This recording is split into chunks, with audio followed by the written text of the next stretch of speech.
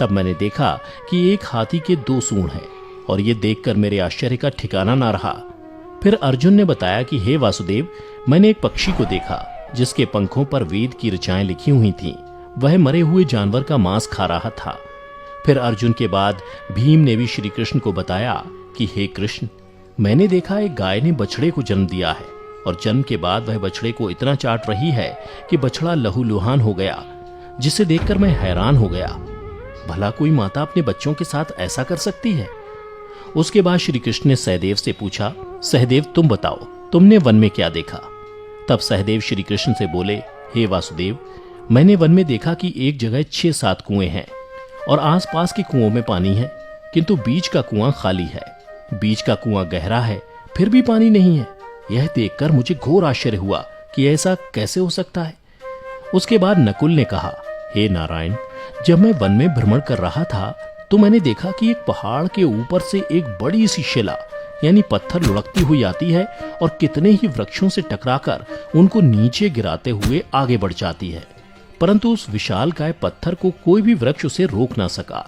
इसके अलावा वह शिला कितनी ही अन्य शिलाओं के साथ टकराई, पर फिर भी वह रुकी नहीं। अंत में एक अत्यंत छोटे पौधे का स्पर्श होते ही वह स्थिर हो गई। फिर युधिष्ठिर श्री कृष्ण से बोले, हे वासुदेव, हम 5 भाइयों ने जो कुछ भी वन में देखा वो आपको बता दिया, कृपया कर इसका अर्थ बताइए। तब श्री कृष्ण ने युधिष्ठिर से कहा, हे धर्मराज, जैसा कि आपने कहा कि आपने 2 सूंड वाला हाथी देखा, जिसका यह अर्थ हुआ कि कलयुग में ऐसे लोगों का राज होगा जो बोलेंगे कुछ, करेंगे कुछ। कलयुग के शासक अपनी प्रजा की सभी तरह से शोषण करेंगे। उनके मन में कुछ और होगा और दिखावे के लिए कुछ और करेंगे। अर्थात कलयुग में शासकों के लिए आम लोगों का कोई महत्व नहीं होगा, वो बस राज करने के लिए शासक होंगे। फिर श्री कृष्ण अर्जुन से बोले, हे धनंजय, जैसा कि तुमने देखा कि एक पक्षी के पंख पर वेद की ऋचाएं लिखी हुई थीं, लेकिन वह मरे हुए जानवर का मांस खा रहा था, जिसका अर्थ ये हुआ कि कलयुग में ऐसे लोग होंगे जो बड़े ज्ञानी और ध्यानी कहलाएंगे, किंतु उनके आचरण राक्षसी होंगे। कलयुग में लोग पंडित और विद्वान कहलाएंगे, किंतु यह विचार चलता रहेगा कि कोई मरे और उसकी सारी संपत्ति उसके नाम हो जाए। अर्थात कलयुग के मनुष्य धन और संपत्ति के लोभी होंगे, भले ही उनके पास कितना ही ज्ञान क्यों ना हो। इसके अलावा हे अर्जुन, कलयुग में हर जाति धर्म के प्रमुख पद पर बैठे लोग विचार करेंगे कि कब कोई किसी पद से हटे और हम उस पर विराजमान हो जाएं। कलयुग में ऐसे लोगों की संख्या बहुतायत होगी, कोई कोई विरला ही संत पुरुष होगा।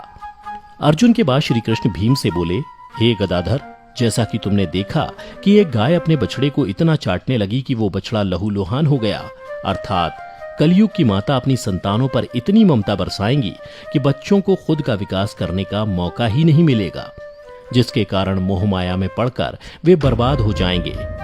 इसके अलावा किसी का बेटा घर छोड़कर साधु बनेगा तो हजारों व्यक्ति दर्शन करेंगे, किंतु जब मनुष्य का अपना बेटा साधु बनेगा तो रोएंगे कि मेरे बेटे का क्या होगा।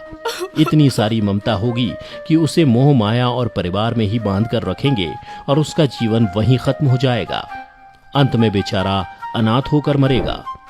भीम जब श्री कृष्ण के जवाब से संतुष्ट हो गए, तब भगवान श्री कृष्ण ने सहदेव से कहा, सहदेव, जैसा कि तुमने बताया कि तुमने वन में 5-7 भरे कुओं के बीच एक कुआं एकदम खाली देखा, जिसका अर्थ ये हुआ कि कलयुग में पैसे वाले अर्थात धनी लोग अपने पुत्र पुत्री के विवाह में या फिर आलीशान भवन बनाने में लाखों रुपए खर्च कर देंगे, परंतु उनके पड़ोस में ही यदि कोई भूखा प्यासा मर रहा होगा तो वह उसकी कोई सहायता नहीं करेंगे।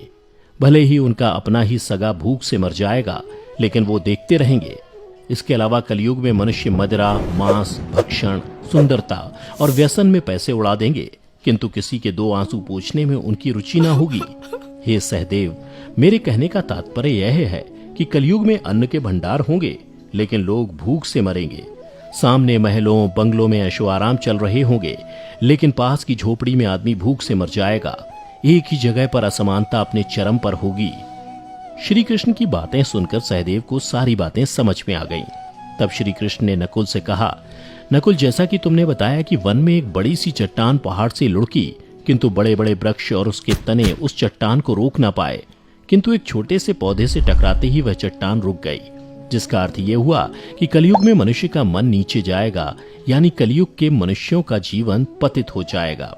और ऐसे में मनुष्यों का जीवन धन की शिलाओं से नहीं रुकेगा, ना ही सत्ता के वृक्षों से रुकेगा, किंतु हरि नाम के एक छोटे से पौधे से, हरि कीर्तन के एक छोटे से पौधे से मनुष्य जीवन का पतन होना रुक जाएगा। अर्थात कलयुग में भी जो मनुष्य धन के लोभ को छोड़कर हरि नाम का जप करेगा, उसे कोई कष्ट नहीं होगा और मृत्यु के बाद उसे परमेश्वर अर्थात मेरे चरणों में जगह मिलेगी। तो मित्रों, आपने देखा होगा कि आज श्री कृष्ण द्वारा बताई गई ये सारी बातें सच में घटित हो रही हैं। इसलिए मनुष्यों को चाहिए कि कलयुग में वह धर्म का पालन करें और श्री हरि नाम का भजन करें, तो उसका जीवन सफल हो जाएगा। तो मित्रों, उम्मीद करता हूं कि आपको श्री कृष्ण द्वारा कलयुग के बारे में बताई गई ये कड़वी सच्चाई जरूर पसंद आई होगी।